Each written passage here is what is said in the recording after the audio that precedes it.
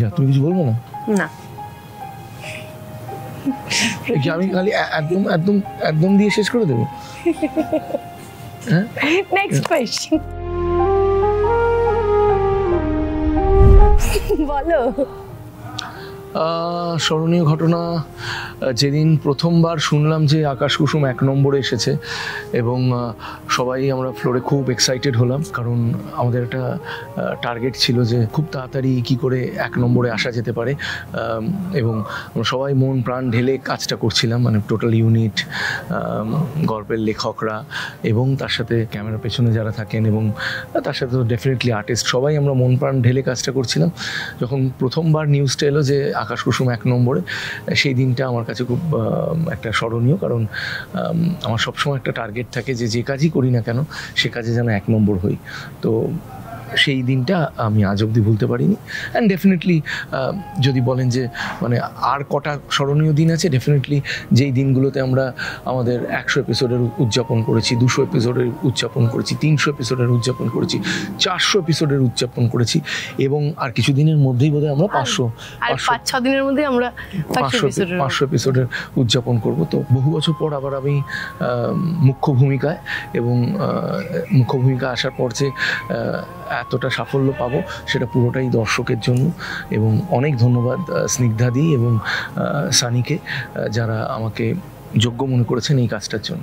আমারও এরকম একটা দিন যে মেমোরেবল তা নয়, এরকম বহু দিন আছে। তার মধ্যে যদি একটা বিশিষ্ট দিন বলি, সেটা হচ্ছে যেদিন আমাদের ফার্স্ট প্রোমো হয়েছিল। কারণ আমার ফার্স্ট সোলো লিড, ওই একটা মানে বুঝতে পারছিলাম অনেকটা দায়িত্ব নিয়ে একটা প্রজেক্ট শুরু হচ্ছে, আমি নায়িকা, এতটা ইম্পর্টেন্স আমার চরিত্রটার, একা নয় বাট অনেকটা প্রেশার একার কাঁধে। তো ভীষণ এক্সাইটিং লাগছিল, ভীষণ ভয় লাগছিল, ভীষণ মেমোরেবল ছিল সেদিন। প্রথমবার সবার সাথে আলাপ হওয়া, ফ্লোরের মানুষগুলোকে চেনা, যদিও বা ফ্লোরটা আমার চেনাই ছিল, কিন্তু এই নতুন নতুন মানুষের সাথে আলাপ, ওই দিনটা আমার কাছে সবচেয়ে মেমোরেবল। তোমার কথা ওই দিনই প্রথম আলাপ হলো? না, তোমার সাথে আমার লুকসেটের দিন হয়েছে, তারপরে আমাদের কথোপকথন হয়েছে সেই দিন। আচ্ছা আচ্ছা। ডালি চরিত্রের সাথে মিল খুঁজে পেয়েছি বলতে, হ্যাঁ মিল তো আছে। আমার মনে হয় যে কোথাও একটা ডালি চরিত্রটার মধ্যে কোথাও একটা কথা আছে, তাই জন্যই ডালি চরিত্রটাকে হয়তো আমি ফুটিয়ে তুলতে পেরেছি বা পারছি। ডালিও প্রতিবাদী, অন্যায়ের আগেনস্টে স্টেপ নেয়, কথাও করে। এবারে ডালি বেশিই প্রতিবাদী, কথা একটু মিনমিনে, একটু কখনো কখনো চেপে যায়, ডালি একটু বেশিই প্রতিবাদী। তবে ডালিও খুব ঘরোয়া, সংসারী, আবার বাইরেটাও সামলায়, কথাও সেম। তো হ্যাঁ, অনেক মিল আছে। রক্তিমের সাথে ডেফিনেটলি এই চরিত্রটার একটু নয় সাংঘাতিক মিল আছে, কারণ আমরা যদি সোশ্যালি দেখি তাহলে দেখা যাবে যে মানে ওই রক্তিম একজন সফল বিজনেসম্যান, সে প্যারালালি বিজনেস করছে এবং তার একটা পার্সোনাল লাইফ আছে। ঠিক তেমনই এখানে আমারও ক্ষেত্রে আমি প্যারালালি একটা ব্যবসা করি এবং তার সাথে একটা সংস্থা চালাই, এবং তার সাথে আমি আমার পার্সোনাল লাইফ মেনটেন করছি। তো দ্যাট ইজ ওয়াই মানে এই যে ব্যালেন্স ক্রিয়েট করা পার্সোনাল লাইফ এবং তোমার প্রফেশনাল লাইফের মধ্যে, এটা একটা কঠিন ব্যাপার, এবং সেটা রক্তিমের কাজ। এবং রক্তিমের যে ছোটো ছোটো অ্যাট্রিবিউটসগুলো, একটু মাথা গরম, একটু প্যাশনেট, এইগুলো এই চরিত্রগুলো সম্রাট মুখার্জির মধ্যেও আছে। আমি একটু হালকা মাথা গরম এবং তার সাথে সাথে প্যাশনেট খুব মানুষটা, আমি যে কাজটাই করি একদম বেস্ট করে করার চেষ্টা করি। সেই চরিত্রগুলো ভীষণভাবে রক্তিমের সাথে মিল আছে, এবং ভালোবাসলেও ফাটিয়ে ভালোবাসতে পারে রক্তিম এবং সম্রাটও তাই।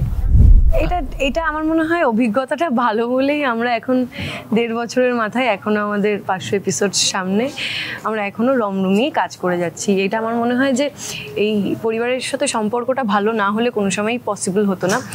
অ্যান্ড শুরু থেকেই আমরা যেটা প্রত্যেকটা ইন্টারভিউতে বা প্রত্যেকটা ভিডিওতে বলি যে আমাদের মেকআপ রুমটা এত সুন্দর বলে আমাদের ফ্লোরটা এত সুন্দর, বা আমাদের ফ্লোরটা এত সুন্দর, সব এনভায়রনমেন্ট, সবার সাথে এত ভালো সম্পর্ক সবার, ওই জন্যই তার রিফ্লেকশন আমাদের টিআরপির তালিকায় আমরা দেখতে পাই। তো সবার সাথে খুব ভালো সম্পর্ক ডেফিনেটলি, কারণ এটা একটা ফ্যামিলির মতো, এবং সেটা ক্যামেরাম্যান বলুন বা ডিরেক্টর বলুন বা মেকআপ আর্টিস্ট বলুন বা লাইটের ছেলেরা বলুন বা আর্ট সেটিংসের মানুষরা বলুন, তারা ফার্স্ট অফ অল হচ্ছে এদের মধ্যে অনেকেই আছে আমার খুব পুরনো চেনা, ধরো 15-20 বছর ধরে আমি চিনি তাদের, এবং আবার কিছু মানুষ আছে যাদের এখানে এসে চিনতে পেরেছি, কিছু মানুষ আছে যারা আগের প্রজেক্টটায় আমার সাথে একসাথে কাজ করেছে। তো এই জন্য এরকম মিলিয়ে মিশিয়ে আর কি বহু চেনা লোকও আছে, তাই জন্য বেশ হই হুল্লোড় করেই কাজটা হয়।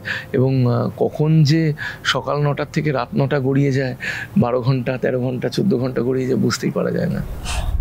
ফেভারিট চরিত্র লালন, আমাকে এটা ভাবতেই হলো না, কারণ হচ্ছে এখানে তো প্রত্যেকটা চরিত্রই একটু নর্মাল, এই চরিত্রটা একটু আবনর্মাল। মানে আবনর্মাল মানে হচ্ছে মানে একটু ফোকর, আমার ভাল লাগে। তো আমার যেহেতু এমনি একটু ছেলে ছেলে পার্সোনালিটি, ওই জন্য আমার মনে হয় যে এই চরিত্রটা আমারও খুব মজা লাগবে এরকম একটা চরিত্র প্লে করতে। আমার কোন চরিত্রটা বলবো, আমার অমৃতার চরিত্রটা খুব পছন্দ। মানে ও একটা মানে খুব ইনোসেন্ট ঘুমন্ত চরিত্র, মানে মানে হয় না, মানে লস্ট চরিত্র। আমার সবসময় মনে হয় যে ও হারিয়ে আছে, বেনু বনে ও হারিয়ে আছে। ওর চরিত্রটা আমার খুব পছন্দ। ওরকম আমি একটা লস্ট কিড এরকম একটা চরিত্র করতে চাই আর কি, হারিয়ে গেছি বনে বনে হারিয়ে গেছি আর কি, এরকম চরিত্র ভালো লাগে। অফ স্ক্রিন ডেফিনেটলি একজন অভিনেতা অভিনেত্রীর যদি অফ স্ক্রিন স্পেশালি নায়ক নায়িকা যারা তারা যদি হয়, তাহলে অফ স্ক্রিন বন্ডিং যদি ভালো না থাকে, সেটা না অন স্ক্রিন ধরা পড়বে। এবং অনস্ক্রিন বন্ডিং যদি ভালো থাকে, অবভিয়াস যে তাদের অফ স্ক্রিন বন্ডিং ভালো বলেই অনস্ক্রিন বন্ডিংটা ভালো লাগছে। তো আমার যেটা মনে হয়, যেহেতু আমি প্রথম দিন থেকেই আমরা দুজনেই একে অপরের খুব ভালো বন্ধু হয়ে গেছিলাম, মানে হয় না, মানে সে টিপিক্যালি মানে সেই আমি একজন সিনিয়র আর্টিস্ট, ও জীবন শুরু করছে, তাই তুমি আমার কাছে অনেক কিছু শিখতে হবে, জানতে হবে, এইটা ভুল হচ্ছে ওটা ঠিক হচ্ছে, এই জ্ঞানগুলো আমি দিইনি এবং দিতে চাইও না।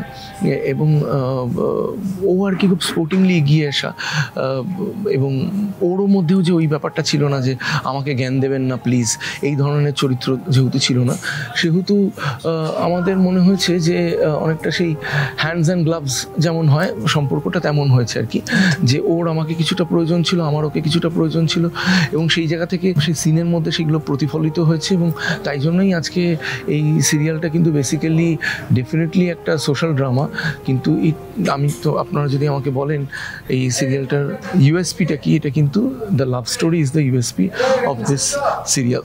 এই সিরিয়ালটা মানুষ এই লাভ স্টোরিটা দেখার জন্যই বসে, এবং আমরা কিছুটা হলেও হয়তো আপনাদের চোখে সফল হয়েছি because of the off screen bonding also, তাই না? একদম, আমারও সেটাই মনে হয়। আপনারা 15টা মাস ধরে দেখছেন, ভালোবাসছেন, এভাবেই দেখতে থাকুন, ভালোবাসতে থাকুন। আমাদের সময়টা চেঞ্জ হয়েছে, আমাদের 7:30 থেকে এখন 9টায় হয়। আপনারা সেই সেম ভালোবাসাটাই দিয়ে এসেছেন, ইন ফিউচারও দিয়ে যাবেন। Thank you so much for watching Akash Kusum. দেখতে থাকবেন শুধুমাত্র সান বাংলায় রাত 9টায় প্রতিটা দিন।